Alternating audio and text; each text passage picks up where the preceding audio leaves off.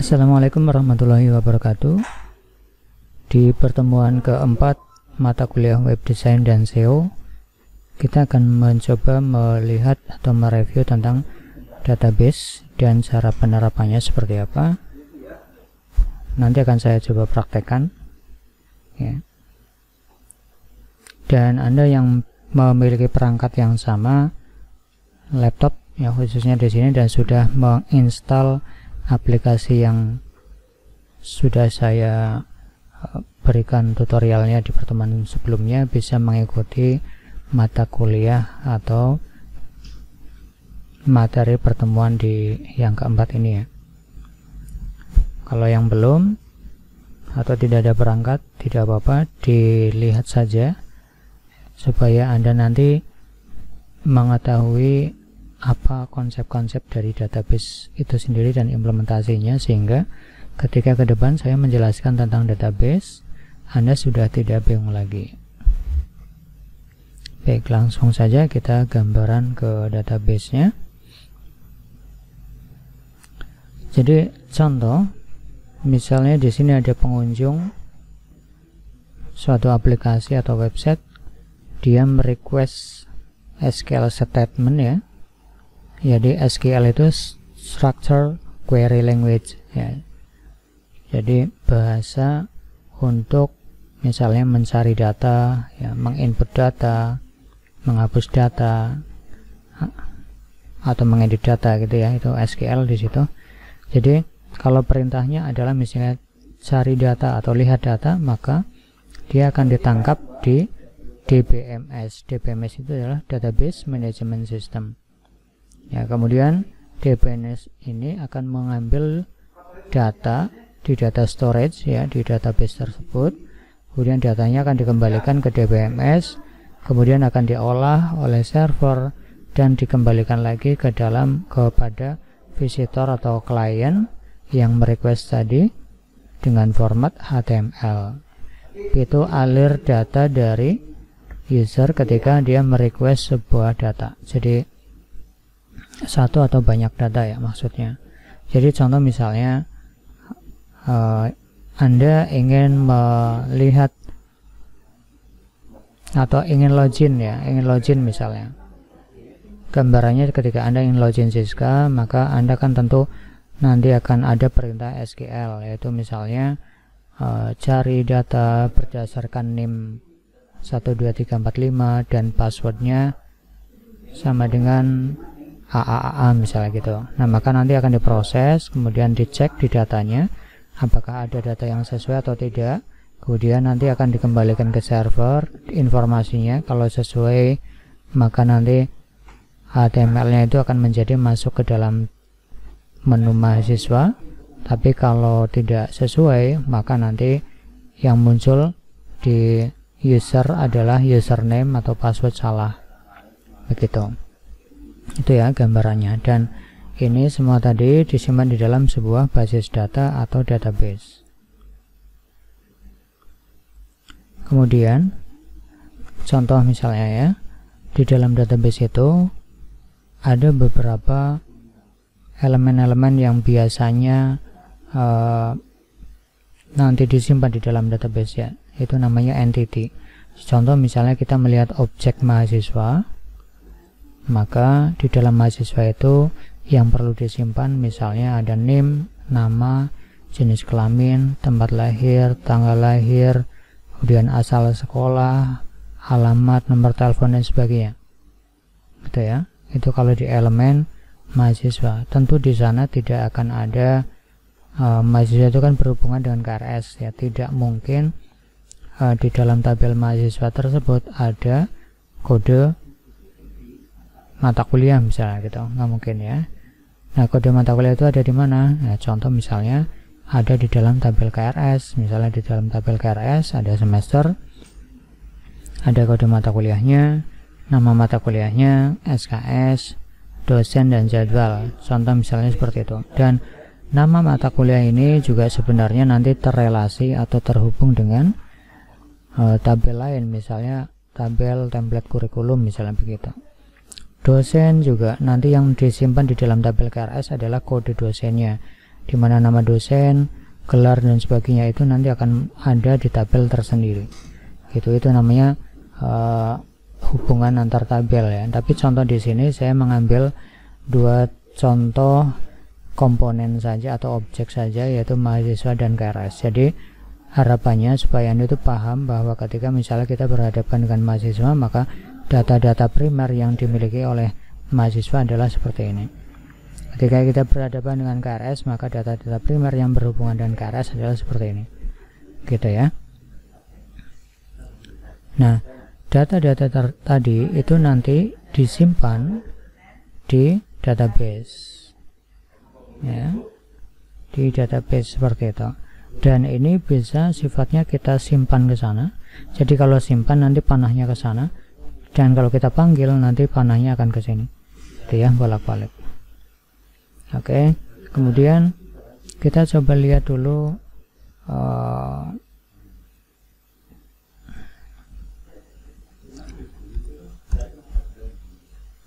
arti daripada database itu sendiri.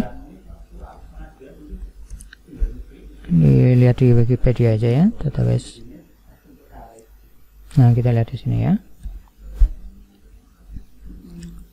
Jadi database atau pangkalan data ini ya. Kalau bahasa Indonesia itu pangkalan data atau basis data. Ya. Nah, database itu adalah bahasa Inggrisnya saja. Ya, bahasa Inggrisnya adalah database, kemudian sering disebut sebagai basis data, atau istilah lain adalah pangkalan data. Itu adalah kumpulan data yang terorganisir yang umumnya disimpan dan diakses secara elektronik dari suatu sistem komputer. Nah, kemarin kita sudah belajar sistem komputer ya, bahwa secara penerapannya ini tidak disimpan dalam satu komputer tapi di server, sehingga nanti bisa diakses oleh banyak komputer yang lain, gitu ya. Kemudian tadi DBMS adalah Database Management System. Oke, kemudian kita lihat dulu beberapa. Nah, ketika kita mau merancang atau membuat database, maka ini adalah urut-urutannya dari merancang database itu sendiri, mengidentifikasi sistem kayak tadi, misalnya mahasiswa itu isi datanya apa saja sih, gitu ya. KRS isi datanya apa saja. Nah, sampai kepada pemeliharaan operasional. Kalau pemeliharaan operasional itu sendiri untuk database itu cukup di backup saja ya. Jadi nanti kalau ada kendala tinggal di restore atau dikembalikan. Nah, di dalam database itu ada 3 istilah atau 3 jenis ya bahasa di dalam database. Yang pertama ada DDL atau Data Definition Language. Yang kedua DML, Data Manipulation Language. Yang ketiga adalah Data Control Language atau DCL. Kemudian jenis-jenis basis data yang mungkin Anda sudah pernah baca ya. Di sana ada Microsoft SQL Server, kemudian ada Oracle, ada Sybase ya. Tapi ini jarang sekali digunakan. Yang umum digunakan adalah SQL Server, kemudian Oracle, kemudian Firebase ini untuk apa namanya, yang database yang ringan ya, lumayan. Kemudian di sini ada MySQL, ada PostgreSQL, dan ini yang mungkin Anda sudah pernah pakai, ada Microsoft Access ya. Dan yang lain juga ada banyak, itu ada MongoDB dan sebagainya. Itu untuk informasi saja gitu ya. Kemudian ketika kita kemarin sudah menginstal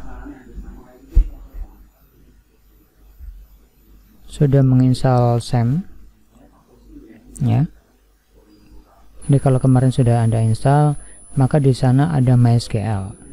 MySQL ini adalah salah satu dari jenis database yang ada di dalam literatur ini. Ini ya, MySQL. Jadi sebenarnya kita sudah bisa mempraktekkan bagaimana sih MySQL itu gitu ya. Nah, tinggal ketika Anda sudah menginstal SAM Control Panel ini ya, maka tinggal di start atau di stop saja. Kalau tidak muncul di situ, Anda bisa pilih di sini di try icon, kemudian di sana ada same, double klik, nanti akan masuk ke sini, atau klik kanan, show atau hide ini ya. Jadi di sini kalau dia warnanya hijau maka dia sudah on, sudah siap untuk dijalankan. Kalau belum maka biasanya akan seperti ini ya, berarti ini belum siap untuk digunakan.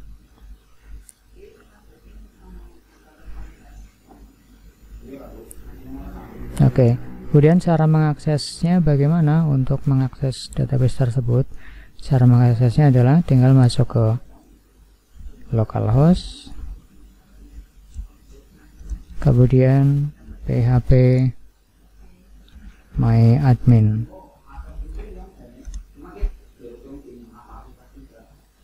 Nah, seperti ini. Ini adalah tampilan dari php myadmin, di mana php myadmin ini bukan database, tapi dia adalah user interface dari database. Jadi untuk mempermudah kita dalam mengelola database itu sendiri ya, atau bisa disebut sebagai database management system ya, interface-nya lah ya, interface-nya. Nah, kita di sini lihat bahwa servernya itu alamatnya 127.0.0.1 berbasiskan TCP/IP ya. Kemudian server tipenya adalah MariaDB, itu adalah nama lain daripada database untuk MySQL ya. Kemudian kalau kita mau membuat database nih ya, ini database-nya, ini namanya, nama database-nya. Untuk membuat database, misalnya kita membuat database coba, maka tinggal klik ketik coba saja, kemudian sini create ya, create ini, maka dia akan menjadi database. Nah, di dalam database tersebut ini ada tabel-tabel, contoh misalnya tabel MHS, tabel mahasiswa ya. Dan berapa kolom yang akan dibutuhkan. Nah, ini nanti bisa fleksibel, kalau di tengah perjalanan nanti kita butuh bisa kita tambahin lagi.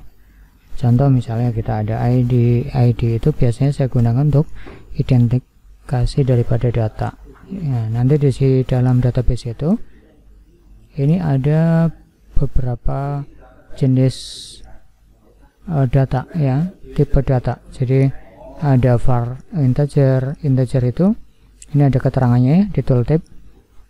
Integer itu untuk angka dari minus 2.483.648 sampai dengan plus ya, dari minus itu sampai plus 2 miliar sekian itu. Jadi dia bisa menampung sebanyak 0 sampai dengan 4.294.967 4.294.967.295 data itu ya. Nah, tapi kita tidak akan maksimalkan itu. Jadi contoh misalnya mahasiswa di satu institusi cuma maksimal adalah 1 juta, maka kita bisa masukkan angka 7 saja. Nah, 7 ini adalah panjang daripada angka. Ya, kalau angka 1 juta kan berarti ada 7 digit. Ya. Kemudian di sini ada indeksnya, kita buat dia sebagai primary data. Kemudian auto increment itu nanti dia otomatis ketika data ada tambahan 1 data nanti akan otomatis ditambah 1. Nah, indeks ini supaya nanti data ini tidak mungkin akan ada data yang sama gitu ya. Kemudian contoh berikutnya misalnya kita kasih name itu tipe data yang cocok adalah karakter, jadi bukan integer ya, bukan number gitu. Meskipun isinya angka, tapi NIM atau nomor KTP atau nomor SIM itu bukan angka yang nantinya akan dioperasikan secara matematik. Misalnya nggak mungkin kan, misalnya NIM-nya si C adalah NIM-nya si A dibagi NIM-nya si B misalnya gitu, nggak mungkin seperti itu ya. Jadi meskipun isi datanya adalah angka, tapi yang kita gunakan adalah karakter saja. Dan kita selesaikan misalnya di NIM di IAIN Purwokerto itu kan ada 10 digit, maka tulis di sini ada 10. Tuh, kemudian di sini nama itu juga pakai karakter. Ini pilihnya karakter atau bisa varchar sama saya sebenarnya ya, tapi saya lebih suka pakai yang lebih ringan yaitu karakter, karena kemampuan Anda dalam mengidentifikasi tipe data di sini nanti akan menjadikan sebuah aplikasi itu bisa berjalan dengan baik atau tidak gitu. Karena gambaran sederhananya ketika misalnya saya membutuhkan air untuk minum saja, maka saya hanya perlu membutuhkan besaran sebuah gelas saja tempatnya gitu, tidak harus sampai kepada sebesar tangki minyak misalnya yang sampai 50.000 liter atau berapa gitu ya. Jadi kalau meskipun bisa untuk minum kita bisa menggunakan tangki minyak besar, tapi kan itu tidak efektif ya. Jadi nanti gambarannya kalau di dalam aplikasi itu jadi terlalu banyak ruang yang tidak efektif begitu. Nah, jadi saya masukkan karakter bukan teks ya. Jadi teks itu bisa sebenarnya, tapi saya pakai karakter karena karakter itu dia memiliki tingkatan yang lebih rendah ya. Jadi kan bisa menampung sekitar 65.535 ya. Kalau karakter itu kalau varchar tadi ya. Sorry, itu varchar 65.000 sekian panjang data itu ya. Nah, sedangkan kalau char itu dia hanya bisa menampung 0 sampai 255. Kan kita tahu bahwa kalau nama itu nggak mungkin sampai 50 karakter lah ya. Jadi kita isi 50 saja gitu. Kemudian nanti di sana ada jenis kelamin misalnya. Misalnya saya singkat menjadi jengkel, jenis kelamin. Nah, jenis kelamin itu nanti tipe data yang paling sesuai adalah kita bisa menggunakan yang namanya enum. Dimana enum di sini kita bisa memilih dan memberikan nilai yang pasti. Jadi kalau jenis kelamin kan tidak mungkin selain laki-laki atau perempuan. Jadi saya pilihnya adalah laki-laki L, P ya. Kemudian misalnya ini cukup seperti ini saja, maka kita save saja. Nanti untuk yang lain Anda bisa pelajari, misalnya untuk tanggal lahir berarti pakainya date ya, tanggal. Kemudian untuk menyimpan kapan dia menyimpan maka bisa pakai date time misalnya gitu. Nah, maka di sini kita sudah berhasil membuat tabel MHS di database coba.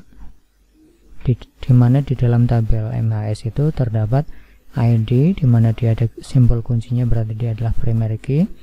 Kemudian menggunakan tipe data integer, extra optionnya adalah auto increment, kemudian name karakter 10, nama karakter 50, jenis kelamin enum L, P. Oke, sekarang kita coba kalau misalnya langsung insert dari sini beberapa data ya untuk mencoba. Nah, ID ini kita tidak usah diisi apapun karena ini nanti akan dijalankan secara otomatis by system. Misalnya name saya masukkan 17 ini 17 adalah misalnya 21 lah ya. 21 itu adalah tahun masuk, 17 itu adalah kode institusi, kode IAIN. Sedangkan misalnya Fuah kodenya adalah 5, kemudian 01 ya, 01 itu IAT ya, 02 itu adalah SAA, kemudian 03 adalah SPI kalau tidak salah seperti itu. Kemudian ini adalah nomor urut kapan dia registrasi. Namanya misalnya saya isi Ani, kemudian perempuan. Oke, kita simpan. Ini berhasil ya, berhasil disimpan. Dan tadi saya sudah katakan ada perintah SQL. SQL itu ada DML juga di dalamnya. Ini salah satu perintahnya adalah kalau kita memasukkan data, berarti perintahnya adalah insert into MHS dalam kurung ini ID field-field yang ada tadi ya. Kemudian nilainya jadi apa? Nilainya jadi seperti ini. Oke. Kemudian saya cek browse untuk melihat datanya apakah sudah masuk. Betul sekali, di sini udah masuk ya. ID-nya juga udah otomatis, ada name, ada nama, ada jenis kelamin. Kemudian kalau saya insert satu lagi tapi dengan perintah SQL tadi. Contoh misalnya saya masukkan di sini insert, ini dengan cara lain ya, into MHS seperti ini juga bisa. Set name sama dengan karena ini karakter, maka saya tambahkan ada petik 1 21 17 502 002 misalnya. Kemudian set name sama dengan itu, nama sama namanya kecil ya, nama sama dengan Budi. Kemudian jenis kelamin sama dengan L, laki-laki. Oke, kalau tadi ada silang merah berarti dia posisi salah ya scriptnya. Dan kalau hilang, kita coba eksekusi apakah berhasil. Nah, berhasil ya, satu baris berhasil ditambahkan. Coba kita cek terus. Nah, di sini udah masuk, ada ID, ada ID-nya udah bertambah. Tadi auto increment itu maksudnya di sini ya. Jadi kalau ada penambahan data, maka otomatis dia akan ditambahkan satu berikutnya gitu. Name-nya adalah seperti ini, name, nama, jenis kelamin ya. Oke. Kemudian implementasinya itu tadi database ya. Sekarang coba kita lihat implementasinya. Contoh misalnya saya mau membuat inputan ini tapi pakai perintah PHP. Oke, saya masuk ke editor. Saya masuk ke ini ya, SEO. Nah, sebelumnya saya sudah menyiapkan function yang saya buat untuk menghubungkan ke database. Ya, untuk menghubungkan ke database. Jadi tadi adalah nama servernya adalah localhost atau 127.0.0.1, ini kan sama ya, localhost. Kemudian username-nya adalah root untuk masuk ke sini ya. Username-nya adalah root. Kemudian saya tidak menggunakan password untuk sebelum saya upload ya, tidak menggunakan password. Kemudian database namanya adalah coba. Nama database-nya adalah coba, tapi saya pakai kecil semua. Oke, saya simpan.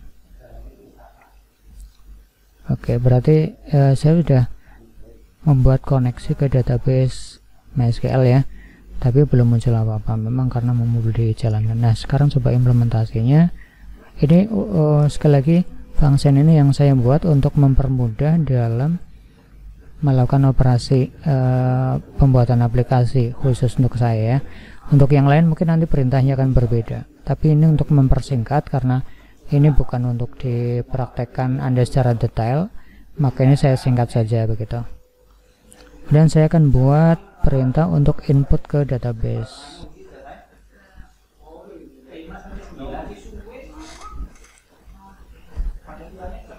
Saya simpan dulu dengan nama input detect PHP misalnya. Kemudian saya pakai HTML untuk awalnya. Nah, contoh input. Nah, di sini saya buat untuk tampilannya agak sedikit rapi, maka saya buat di sini ada input MHS misalnya. Kemudian di bawahnya saya buat ada tabel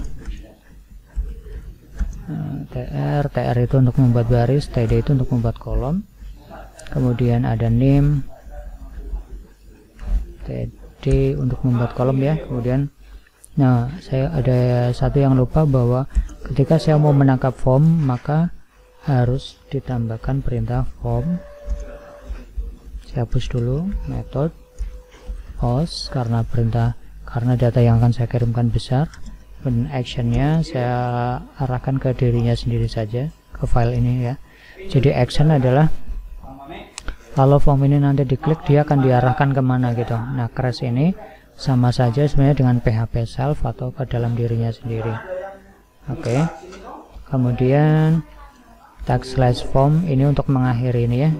Saya sudah pernah informasikan bahwa di dalam HTML itu ada tag berpasangan. Ini adalah contoh tag berpasangan. Kemudian ini kita sudah membuat untuk inputan name. Nah, untuk menangkap inputan name dari user, maka saya perlu menambahkan komponen input type text ya, karena karena name adalah angka, maka saya kasihnya number aja, input type number, namanya tname ya, gitu dulu. Kemudian saya tambahkan lagi, saya bisa copy sebenarnya untuk mempercepat ya, tapi saya pakai tulisan ditulis saja.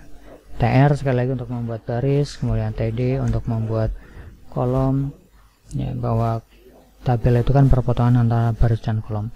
Nah sekarang nama saya mau inputkan lagi TD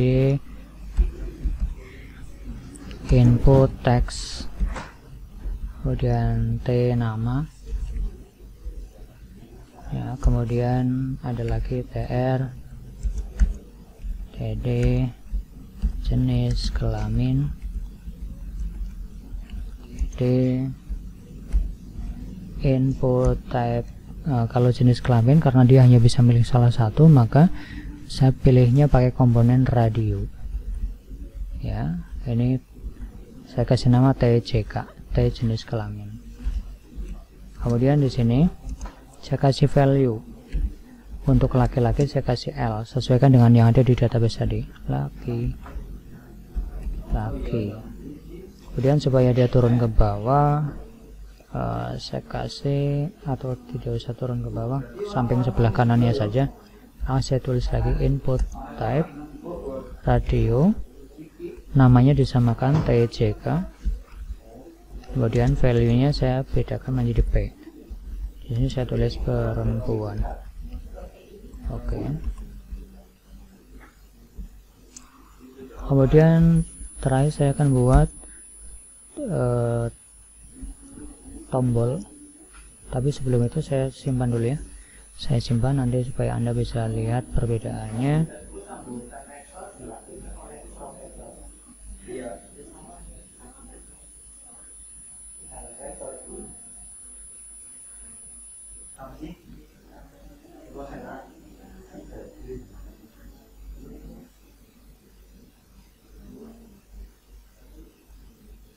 Oke, saya atur dulu supaya nanti Anda bisa mudah untuk melihat apa yang saya tulis itu fungsi untuk apa gitu ya.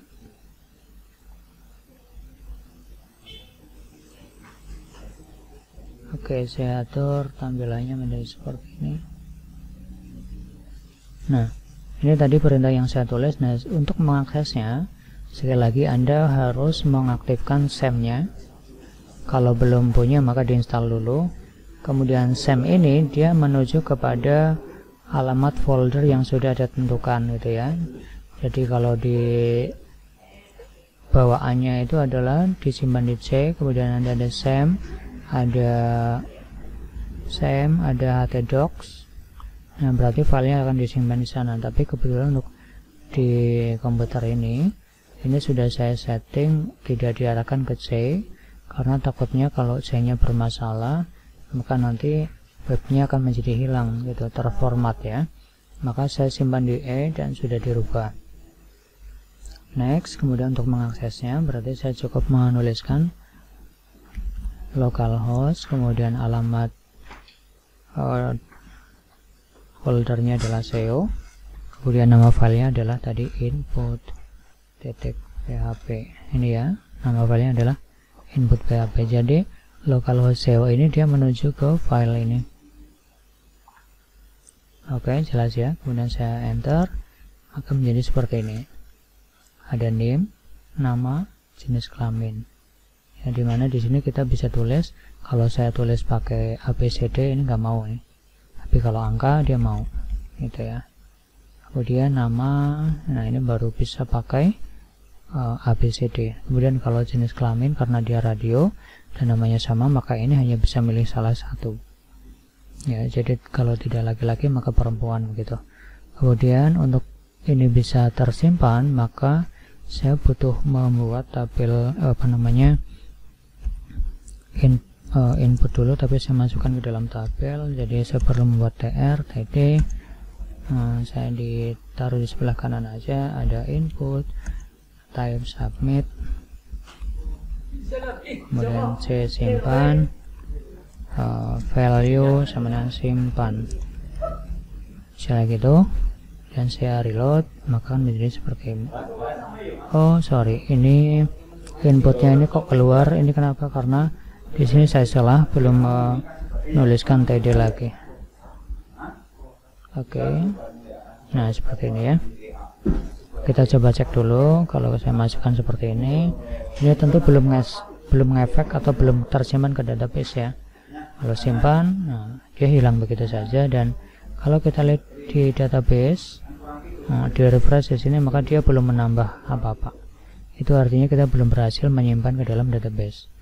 Oke, kita coba edit beberapa langkah. Pertama, ketika simpan, saya pengen nanti akan tampil di sini ya, misalnya data sukses tersimpan gitu misalnya. Maka saya perlu tambahkan di sini pakai PHP untuk menyimpan. Maka saya perlu menghubungkan ke database atau file yang tadi ya. Jadi saya perlu tambahkan perintah require one. Jadi panggil sekali saja, file apa? File db.php seperti ini. Kemudian artinya ketika saya sudah mengambil nilai seperti ini, saya bisa menjalankan semua perintah yang ada di sini dengan cara misalnya db, saya kenalkan dulu kelasnya, new database, kemudian sorry, ini saya kasihkan dulu jika if post,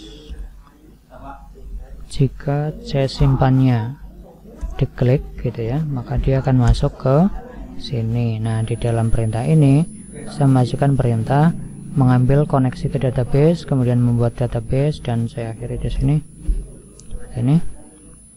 Kemudian saya ambil variabelnya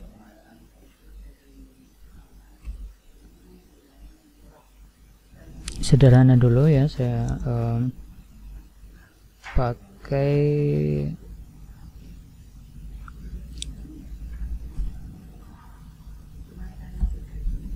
data sama dengan db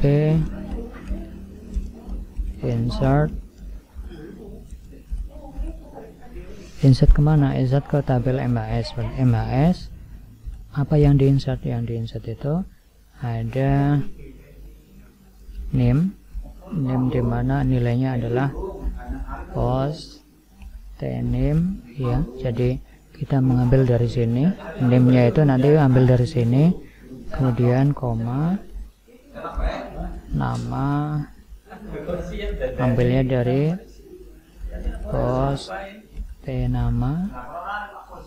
Ini bisa ditulis ke samping atau ke bawah juga bisa seperti ini, supaya tidak bingung. Seperti ini ya. Jadi ada name, ada nama, kemudian koma, jenis kelamin itu adalah jengkel, pos jengkel, tjk seperti ini. Nah karena dia adalah terakhir maka tidak perlu dikasih koma. Kemudian kita coba cek if data sukses, maka echo data berhasil ditambahkan misalnya gitu. Oke, kemudian kita coba cek apakah sudah berhasil atau belum. Baik, kita coba cek apakah sudah berhasil atau belum. Contoh misalnya 2021-17 503-003-5 misalnya ya, namanya tes ya, tes, kemudian laki-laki, simpan. Oke, ini ada error ya, coba saya cek dulu. Error di N23. Oh sorry, di sini ya, di sini ada error, saya belum memasukkan value dari sini. Oke, saya reload. Oke,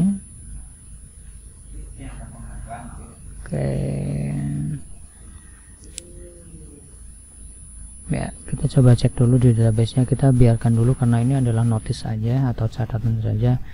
Kita cek apakah di database-nya sudah masuk atau belum. Nah, ini sudah masuk ya sebenarnya. Nah, masuk tes, tapi itu muncul komentar seperti itu. Kenapa? Nah, ini tinggal kita kasih aja di file ini ya, kita acuhkan komentarnya dengan perintah error reporting 0. Oke, seperti ini. Kita coba input lagi ya. Name-nya 123456789 misalnya gitu. Namanya ABCDE, perempuan. Simpan. Oke, dia berhasil masuk. Coba kita cek di database-nya. Ya, masuk ya, 12346. Jenis kelamin perempuan. Oke. Tadi kenapa ini nggak mau muncul? Coba kita cek, kita delete aja, kita ganti menjadi echo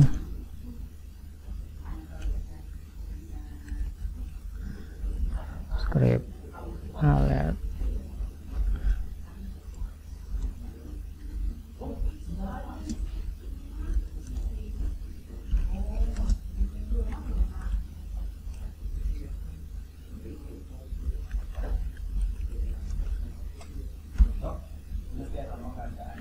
Oke, sekarang kita coba lagi, name-nya bla bla bla bla bla bla ya, kemudian namanya juga asal saja, kemudian laki-laki, simpan.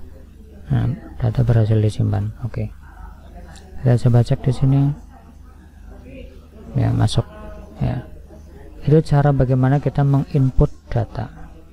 Sekarang cara satu lagi ya, cara untuk berinteraksi dengan database. Contohnya misalnya bagaimana cara membaca data. Cara membaca data, saya buat file baru saja.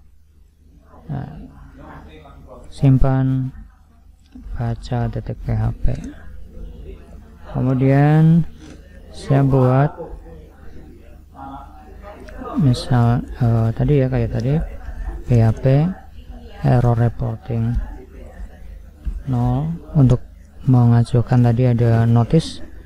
Kemudian saya tambahkan require one db.php db sama dengan new database misalnya gini. Kemudian mengambil data itu adalah misalnya db show mas, mengambil semua data dari mahasiswa. Kemudian untuk saya munculkan ke dalam tabel, atau kita coba ini dulu ya, nah, kita tampilkan dulu datanya apakah sudah berhasil atau belum dengan Vardam DB.